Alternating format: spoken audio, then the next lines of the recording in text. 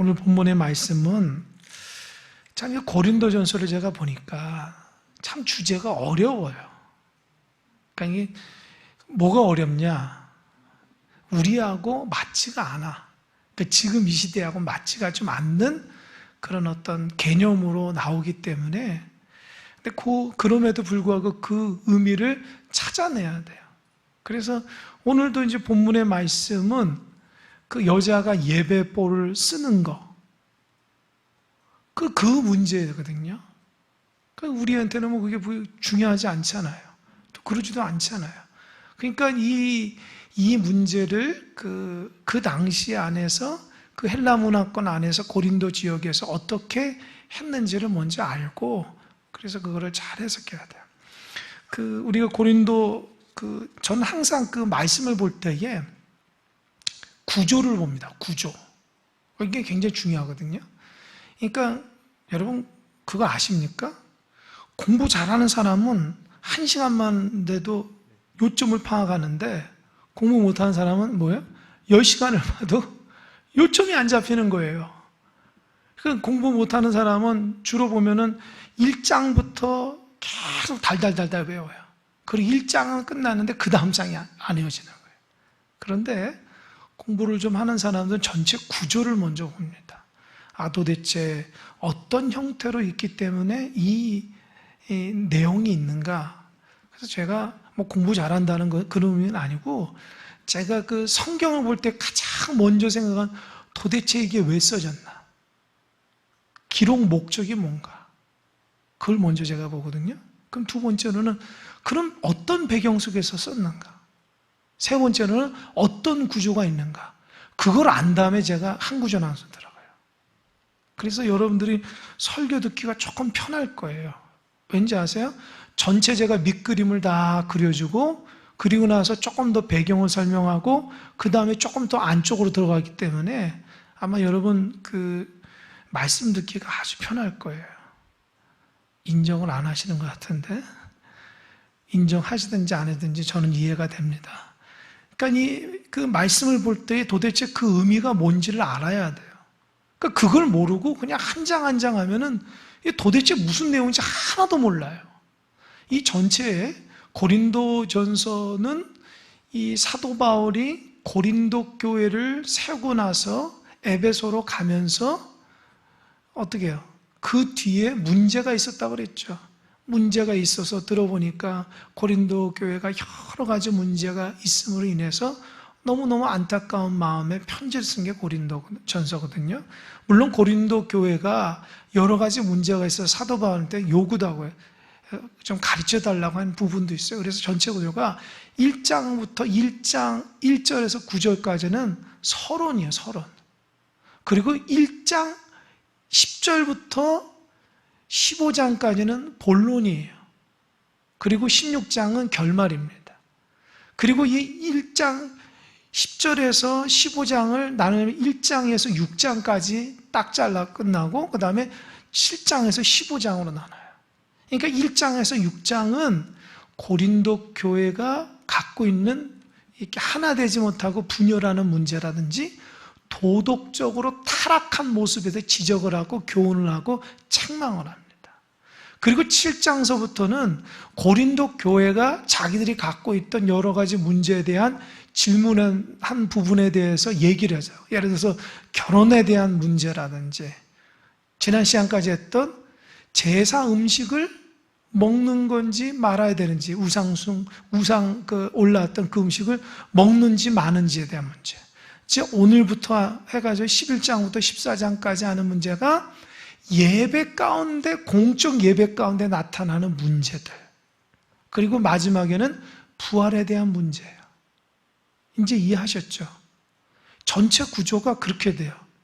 사도 바울이 교회를 세웠어요. 은혜스럽게 세우고 다른 거 에베소로 갔는데 나중에 들려온 소리가 교회가 온전치 못하다는 거예요. 너무 안타까운 마음에 소식을 듣고 편지를 쓴 것이 고린도 전후서고, 거기에서 내용이 전체 구조가 처음에는 책망하는 거예요.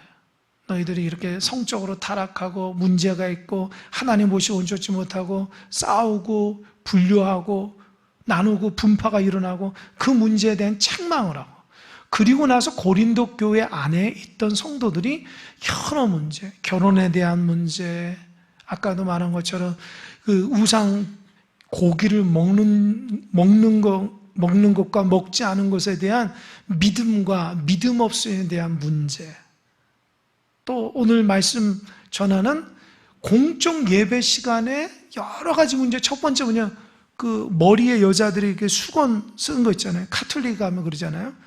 그것을 쓰느냐 마느냐는 문제가 있어요.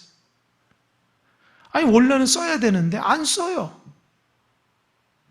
왜 그럴까? 오늘 제가 설명할게요. 두 번째로는 이 성만찬에 대한 것이 아닌데, 이제 초대교회는 성만찬은 모일 때마다 했거든요. 근데 우리식처럼 이렇게 이렇게 다 준비하기, 원래 식사 같은 걸 이렇게 성만찬을 하는데, 문제는 뭐냐면 이 성만찬을 하면서 부자와 가난한 사람들이 나눠졌다는 거예요. 가난한 사람은 열심히 일해서 늦게 오는데 부자는 다 가서 먼저 다 먹어 치우는 거예요. 그러니까 성만찬만 하면 싸움이 나는 거예요. 하나 되지 못하고. 그러니까 그리스도를 상징하는 문제 가운데 성만찬이 교회 구성원 안에 가난한 사람과 부유한 사람들이 갈라서게 되는 문제가 있었다는 거예요. 세 번째, 은사. 고린도 교회가 은사가 많았거든요. 근데 은사가 너무 많았는데 그 은사를 너무 남용하는 거예요. 그 은사가 남을 유익하게 하고 하나님 영광을 돌려야 되는데, 너무 웃기게 막 이렇게 공적 예배 시간에 막 방언을, 그러니까 여러분 회중에서 기도하다가 하는 건 괜찮은데 마이크 잡고 방언을 한다는 거예요. 그러니까 아무도 알아들 수가 없잖아요. 그러니까 자기는 은혜 받고 충만해가지고 그 방언을 했는데 듣는 사람은 아무도 모른다니까. 아주 예배가 혼란스러운 거예요. 그러니까 그런 문제 때문에 공적인 예배를 통해서 어떻게 합당한 것이 하는가에 대한 문제를 11장부터 14장까지 나왔다는 거예요. 이해되시죠? 그리고 15장에는 부활에 대한 문제, 그러니까 내세에 대한 문제. 도대체 부활이 뭐냐? 또 부활이 있냐? 그럼 어떻게 살아가야 되냐? 마지막 16장에는 끝맺음에 대한 문제를 얘기하고 있는 거예요. 그것이 고린도전서 1장부터 16장까지 대한 구조입니다.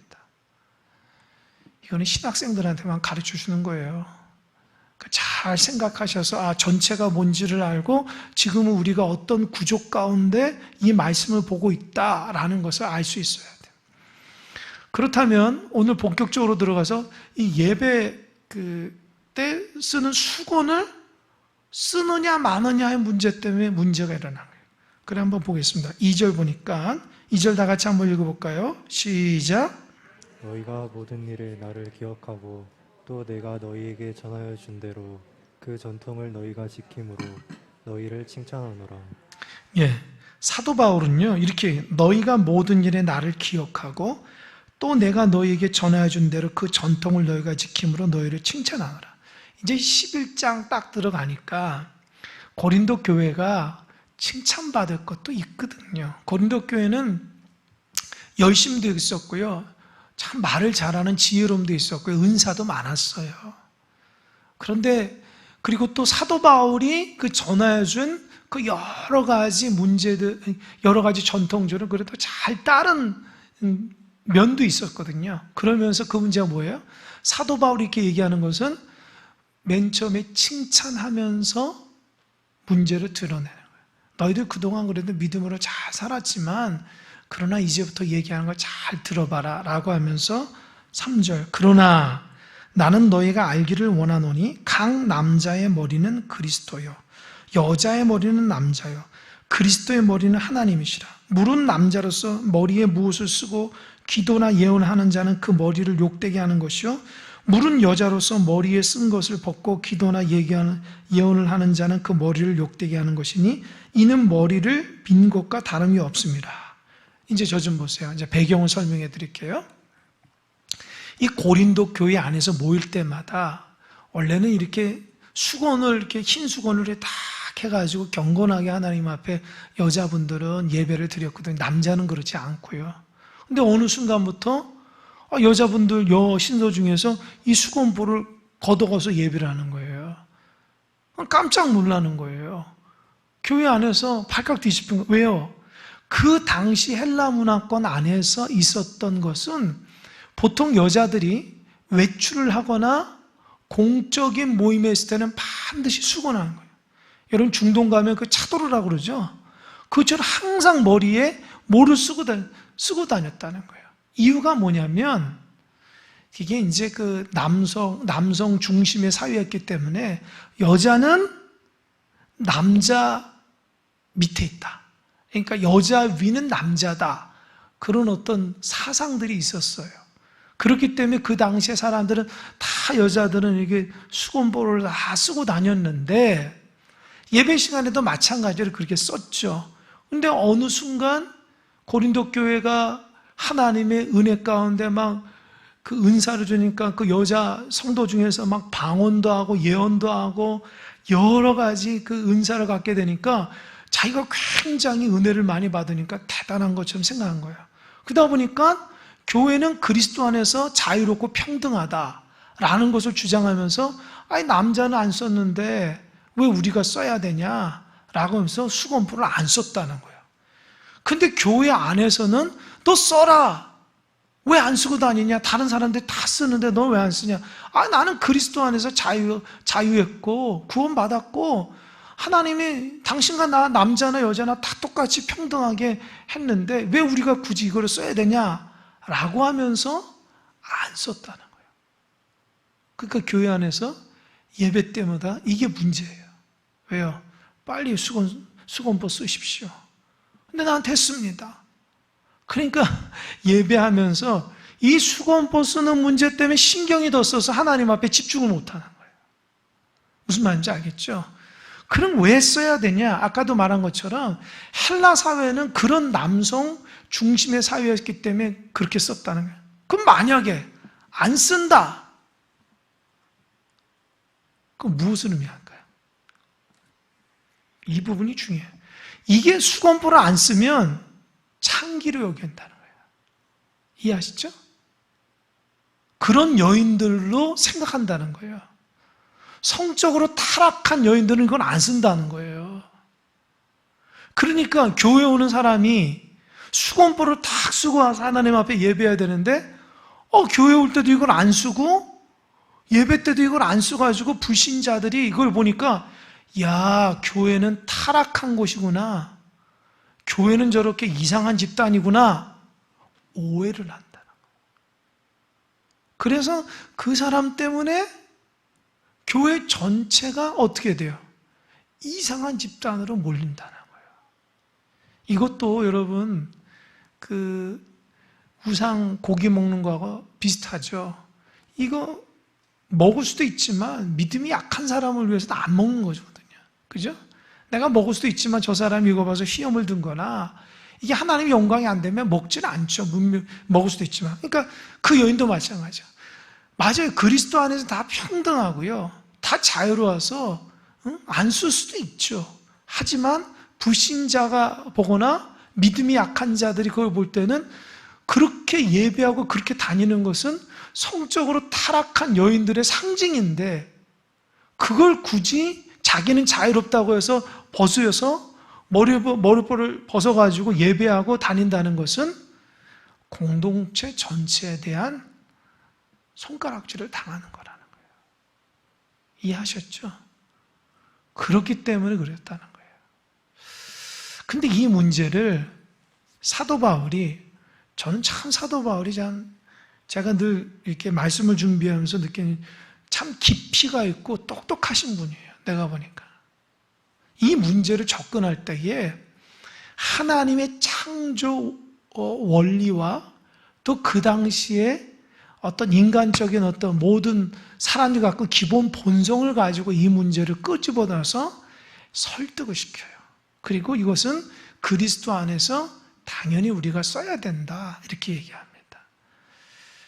그래서 이 3절을 보니까 그러나 나는 너희가 알기를 원하노니 각 남자의 머리는 그리스도요 여자의 머리는 남자의 그리스도 머리 하나님이라.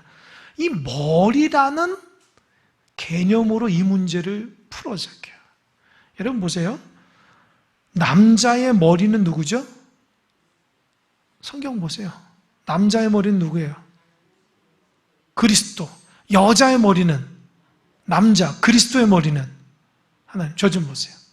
이 머리라는 것은 권위라는 뜻이거든요. 그러니까 여기서 남자의 그 꼭대기에 있으신 분은 그리스도라는 거예요. 그러니까 남자 위에는 그리스도가 있다는 거예요.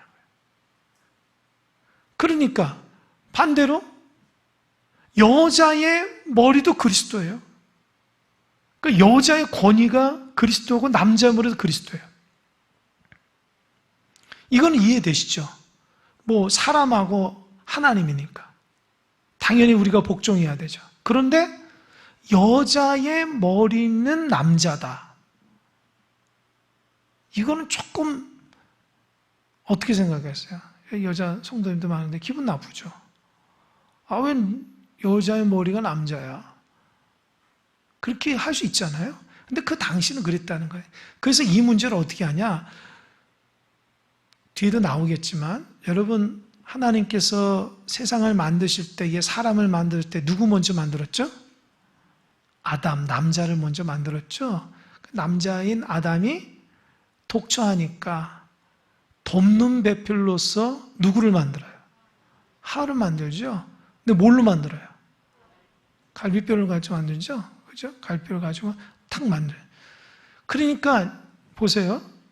여자의 머리는 남자라는 것이 남자가 여자보다 월등히 높거나 뭐 이렇게 존재론적인 뭐 이런 뜻이 아니고 창조 순서상 질서 있게 남자부터 낳고 그 다음에 여자가 낳았다. 이런 의미를 얘기하는 거예요. 또 그리스도의 머리는 하나님이다. 근데 여러분 우리가 삼위일체 하나님이라고 그러잖아요. 그죠? 이 개념이 한 분 하나님인데 세 분이고 세 분인데 한 분이에요. 이거 참 어려워요, 사실은요. 그러니까 성부 하나님, 우리가 보통 아는 하나님은 성부 하나님, 예수님은 성자 하나님이거든요. 근데 성자 하나님 위에 성부 하나님, 그죠? 물론 동등하시죠. 그러나 순서상 하나님이신 성부 하나님 다음에 성자 예수님 하나님께서 성자 하나님이신 예수님께서 존재한다는 거야. 그러니까 성부 하나님이 세상을 다 구원의 계획을 하시고 그것을 성자 하나님이신 예수님이 이루어 가셨다는 거야. 그러니까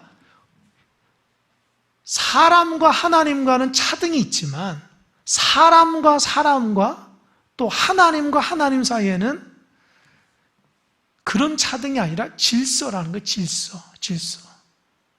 이해되시죠?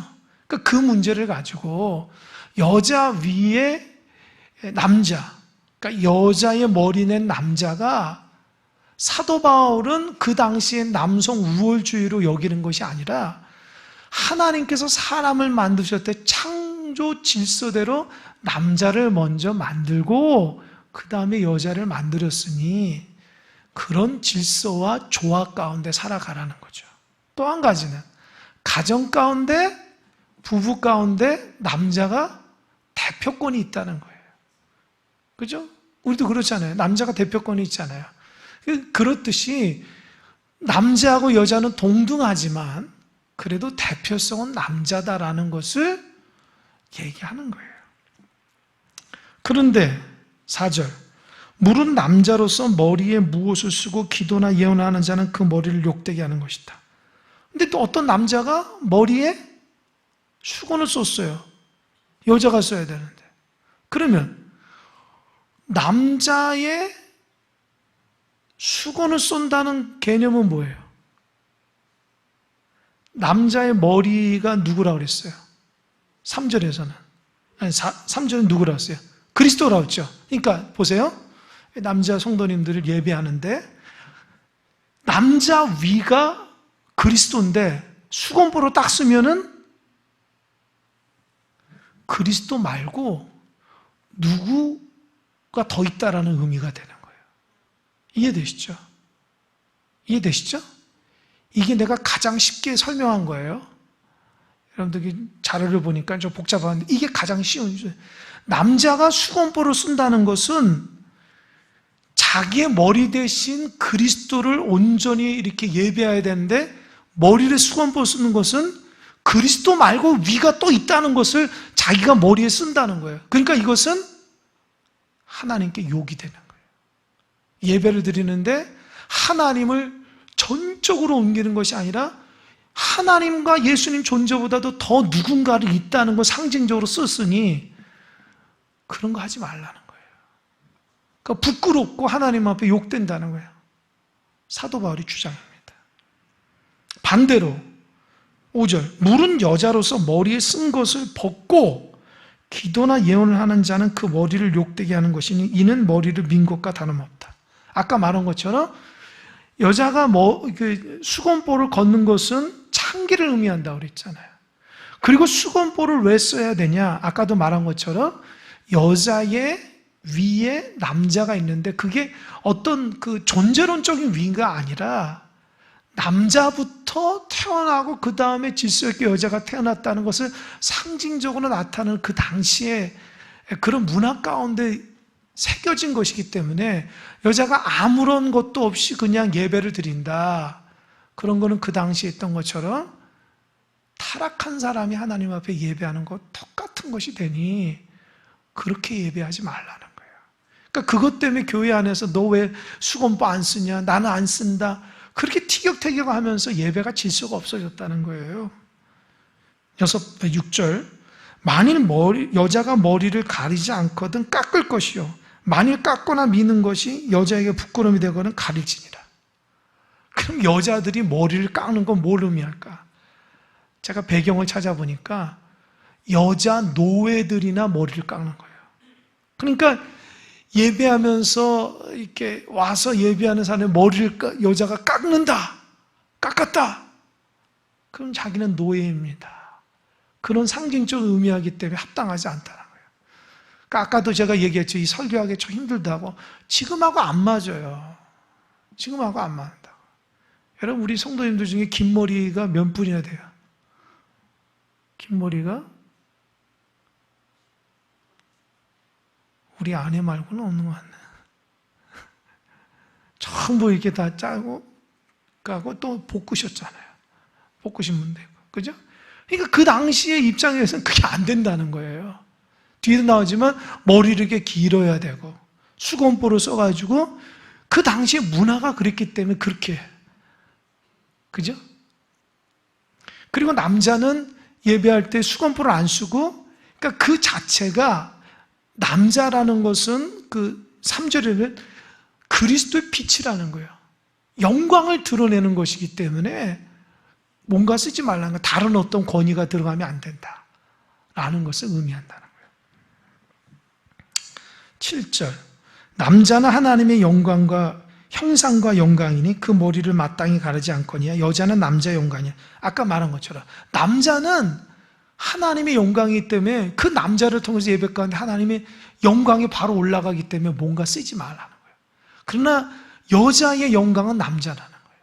그러니까 남자가 먼저 태어났기 때문에 어떤 질서와 조화 가운데 그런 개념으로 얘기를 하고 있다는 거죠. 또 그걸 안 쓰면은 창기하고 똑같은 존재라 여기기 때문에 그렇다는 거예요. 그래서 8절 남자가 여자에게서 난 것이 아니요 여자가 남자에서 났으며 아까 말씀드렸죠? 아담을 먼저 낳고 독초하는 것이 힘들어서 돕는 배필로서 갈빗대를 탁 해가지고 만들었다는 거 아닙니까? 그죠? 9절 또 남자가 여자를 위하여 지음을 받지 아니하고 여자가 남자를 위하여 지음받은 것이니 이게 아까 말한 거 돕는 배필로서 여자가 그러니까 남자가 먼저 하나님께서 만드셨고 그 다음에 순차적으로 여자가 만들어졌다. 그러니까 아까 말한 것처럼 사도 바울은 이 문제를 단순히 써라 말라가 아니라 하나님의 창조 질서 안에서 그 문제를 해석하는 거예요. 그러면 어떤 사람들은 그런다고요. 아 그래도 너무 그 사도 바울이 남성 우월주의에 있는 거 아니냐? 그렇게 얘기할 수 있겠죠. 그 당시가 남성 우월주의였는데 지금의 눈으로 보면 너무 남성 우월주의고 그 당시에도 너무 그리스도가 평등을 얘기하는데 너무 주장하는 거 아닌가 그렇게 생각할 수도 있어요. 근데 뒤에서 그 문제로 또 사도 바울이 오해받을까봐 또 짚어줘요. 10절이 조금 어려운데요. 그러므로 여자는 천사들도 말미암아 권세 아래에 있는 표를 그 머리에 둘지니라. 이게 참 난해하거든요. 그래서 오늘 참 여러분들 이게 집에서 혼자 읽으면 뭔 소리인지 몰라요. 무슨 소리인지. 저도 이게 공부하면서 알게 됐는데 여자는 천사들로 말미암아 권세 아래에 있는 표를 그 머리에 둘지나. 이게 뭐냐면 저 좀 보세요. 예배할 때에 그 당시의 생각은 천사들이 우리와 함께 예배한다는 거예요. 천사들이. 근데 천사들이 그 중에 선한 천사가 하나님 앞에 합당하게 예배하는 사람 가운데 좋아해서 함께 있다는 거예요. 그러니까 여자가 수건보를 딱 쓰고 경건한 마음으로 하나님 앞에 예배할 때에 천사가 이 예배 가운데 내려와서 임재해가지고 경건하고 태도나 마음이나 그런 사람 가운데 딱 임재해서 은혜를 준다는 거예요. 기쁜 마음으로. 그 얘기하는 거예요. 그러니 그런 표 있는 아래 그 머리 위에 둘지라는 거예요. 그러니까 하나님이 기뻐하시는 천사, 선한 천사도 기뻐하시는 그 모습대로 수건보 쓰고 하나님 앞에 경건하게 그런 모습으로 드려야 되는 것이 마땅하다. 왜요? 고린도 교회에서는 은혜 받고 은사 받고 자기의 모든 여러 가지 현상들을 보면서 나도 이렇게 하나님의 충만한 은혜 받으니 남자들처럼 똑같이 평등하게 나는 자유롭기 때문에 이렇게 한다라고 주장하는 것이 너무 조금 나갔다는 거예요. 설령 그러더라도 그 당시의 문화나 또 그 당시에 예배하는 분위기는 또 균등 있게 잘 맞추라는 거예요. 그럼 아까도 얘기한 것처럼 그럼 사도 바울은 남성 우월주의에 있는 사람 아닌가? 그건 아니라는 거예요. 그래서 11절부터 얘기해요. 봅시다. 그러나 주 안에는 남자 없이 여자만 있지 않고 여자 없이 남자만 있지 아니한다. 그죠? 그러니까 남녀가 평등하다는 거예요.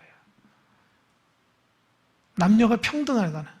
본질적으로 이렇게 위아래가 있지 않다. 그리스도는 다 똑같다라는 거예요. 그리고 12절 이는 여자가 남자에서 난 것 같이 남자도 여자로 말미암아 났습니다. 그리고 모든 것은 누구에서 났어요? 하나님에서. 이해하셨죠?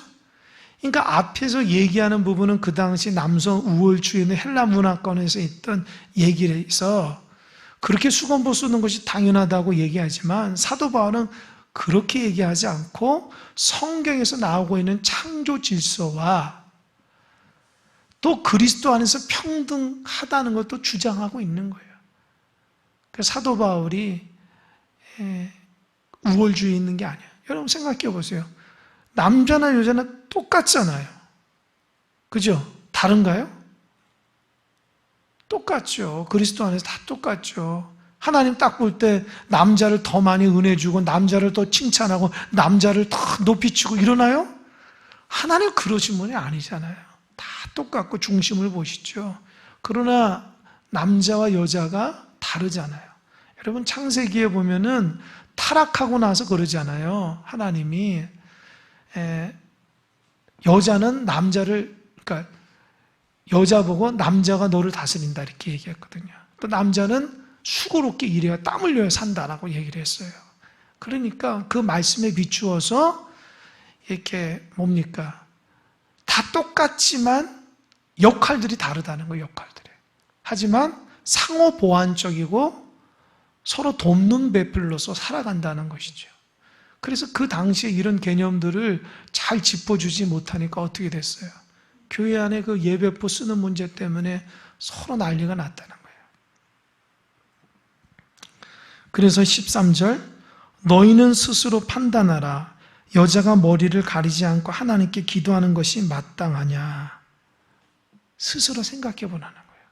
너가 아무리 그리스도의 은혜를 받고 놀라운 은사를 받았고 신통방통한 뭐 역사가 일어난다 할지라도 그 자유를 가지고 그 당시의 문화를 거슬려서 다른 사람 불신자의 눈에 교회 공동체가 창기와 더럽게 그 어떤 추악한 그런 어떤 성적인 타락된 공동체로 매도하게 하지 말라는 거예요.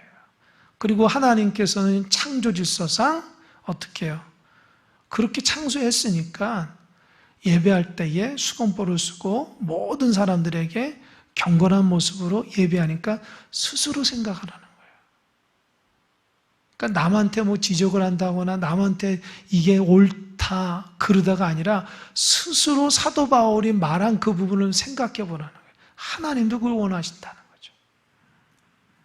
14절 만일 남자에게 긴 머리가 있으면 자기에게 부끄러움이 되는 것을 본성이 너에게 가르치지 아니하느냐? 우리는 저기 긴 머리가 없잖아요. 그죠? 보통 이렇게 젊은이들은 긴 머리를 하고 다니잖아요. 그러니까 그 당시 긴 머리는 뭐냐면 동성연애하는 사람들을 취급받았다는 거예요. 그 당시에는. 그러니까 타락한 사람들로 취급받았다는 거예요. 그 당시에는. 그래서 이 남자가 머리를 긴다는 것은 본성적으로도 그건 안 맞는 거다. 그 얘기를 하고 있어요. 15절 보니까 반대로 만일 여자가 긴 머리가 있으면 자기에게 영광이 되나니 긴 머리는 가리는 것을 대신하여 주셨기 때문이니라. 그러니까 긴 머리를 하고 다녀라. 이제 그 부분을 얘기하는 거예요. 제가 계속 얘기하지만 지금 현실하고는 좀 안 맞아요. 우리는 뭐 짧든지 길든지 그것이 뭐 이렇게 별로 크게 중요하지 않은데 그 당시의 문화권 안에서는 그게 굉장히 중요한 문제였고 수건 하나 쓰는 것 때문에 그 예배 가운데 아주 혼란스러워가지고 은혜를 못 받았다는 겁니까? 아니, 그러니까 그 문제를 청아집 집어달라고 오죽했으면 그렇게 사도 바울이 권면을 했겠어요. 그리고 마지막으로 보세요. 16절. 논쟁하려는 생각을 가진 자가 있을지라도 우리에게나 하나님의 모든 교회는 이런 관례가 없다. 사도 바울이 딱 잘라요, 이게. 사도 바울이 이렇게 얘기해도 아니다, 그리스도 안에서는 다 똑같은데 왜 우리가 굳이 수건보를 쓰면서 불편하게 해야 되냐라고 또 논쟁하고 싶고 또 자기 생각을 얘기하고 있지만 사도 바울이 딱 잘라. 그런 생각이 있을지라도 하지 말라는 거예요. 주변에 어떤 믿음의 사람이나 어떤 교회에도 수건보를 여자들이 쓰지 않고 예배하는 거예요. 한 군데도 없다. 그렇게 하면 오해받기 쉽다.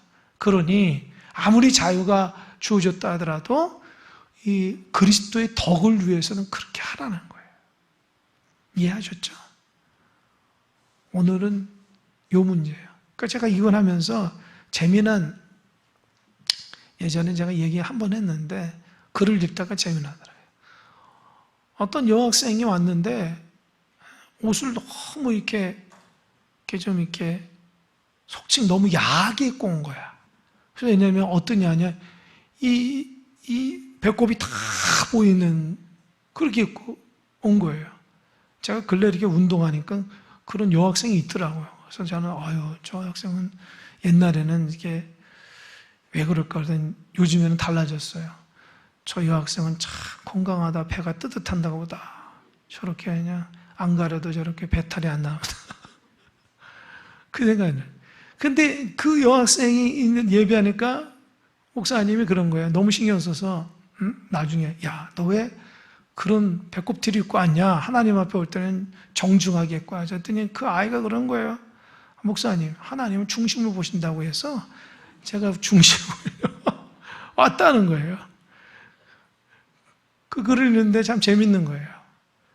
여러분, 하나님은 중심을 그걸 보는 거예요? 아니죠. 이해하셨죠? 하나님은 중심을 보는. 그러니까 똑같아요. 하나님은 물론 수건보 쓰는지 안 쓰는지 그 중심을 보지만 그래도 어떻게 해요? 그 당시의 문화권대로 경건하게.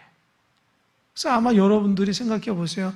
마음대로 그런데 제가 뭐 배꼽티 입고 설교한다 생각해 보세요. 얼마나 창피하겠어요.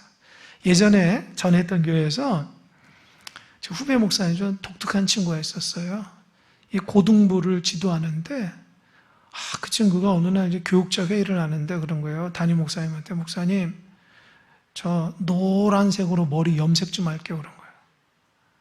그래서 목사님, 아니 목사가 무슨 노란색으로 염색을 합니까? 그랬더니 얘기를 하세요. 우리 저기 고등부 학생들 중에서 노란 머리 하는 애들이 있는데, 내가 걔네들 약속했다는 거예요. 목사님도 노란 머리 하니까 너 예배 잘하고 또 노란 머리 친구들도 많이 데리고 와라. 그 약속을 했다는 거예요. 그래서 목사님은 아니 그런 약속을 왜 하십니까? 그러니까 그 목사님이 한번 하겠다고 약속했으니까. 그래서 정말 진짜 노랗게 했는데 약간은 좀 자기도 좀 민망했는데 약간 주황색 나오는 노란색을 한 거예요. 그러니까 그걸 가지고 예배했으니까 그 고등부 뒤집어진 거예요. 목사님 대단하다고 막 이렇게 하면서 노랑머리를 한 거죠. 근데 우리 저기 그 선배 목사님들은 영 이렇게 머리가 좀 어색하고 좀 빨리 좀 염색 좀 하시지 그렇게 생각했어요. 아니, 또 다른 건 몰라도 예배 인도하는데 그 어른 예배 인도할 때 부목사들이 돌아가서 하니까 노랑머리가 딱 예배를 하니까 어른들 중에는 아주 못마땅하는 어른들도 있었다는 거예요. 여러분 생각해 보세요. 머리가 뭐 노라든지 파라든지 상관없잖아요. 하지만 그 당시 문화권 안에서는 우리 문화권 안에서 좀 정중하고 어떻게 해요? 좀 이렇게 좀 차분하고 그런 거잖아요. 아마 그런 것이 아닌가라는 생각을 해요. 그러니까 믿는다는 것이 우리 자유만 갖고 되는 게 아니거든요. 우리 자유도 필요하지만 남들이 바라보는 기대가 있잖아요. 저 사람은 저런 위치고 저런 포지션이고 여기는 이런 공동체니까 여기에 걸맞게끔 하고 사는 그런 부분들도 어느 정도 문화권 안에서는 이해를 하면서 해야 된다는 거예요. 그래서 생각해 보세요. 우리 큰사랑교회가 너무 거룩한 교회라서 모든 성도들이 교회 올 때마다 흰 한복만 입고 온다고 생각해 보세요. 사람들이 뭐라고 생각하겠어요? 지난날 우리는 다 흰 한복 입고 남자들은 이게 다 검은 양복만 입고 와가지고 딱 하면 물론 이제 드리는 사람은 경건하지만 보는 사람은 저 이상한 이단 아닌가 생각할 수 있잖아요. 무슨 말인지 알겠죠? 그러니까 그렇게 이해하시면 좋을 것 같아요. 그러니까 예배 가운데 그 당시 문화권 안에서 그렇게 된다면 크게 그리스도 하나님 앞에 예배 방해가 되지 않고 지적이 되지 않으면 잘 유지하면서 예배를 드려야 된다. 그러니 여자들이 수건보 쓰는 문제 때문에 논쟁이 돼서 예배가 혼란스럽지 않도록 선을 딱 그어준 거예요. 그러니까 이런 거 논쟁하지 말고 그 당시에 모든 문화권 안에서 다 이해하고 그리스도의 자유는 꼭 그런 것이 아닐지라도 할 수 있으니 그렇게 하라는 겁니다. 이해하셨죠? 예, 기도하겠습니다.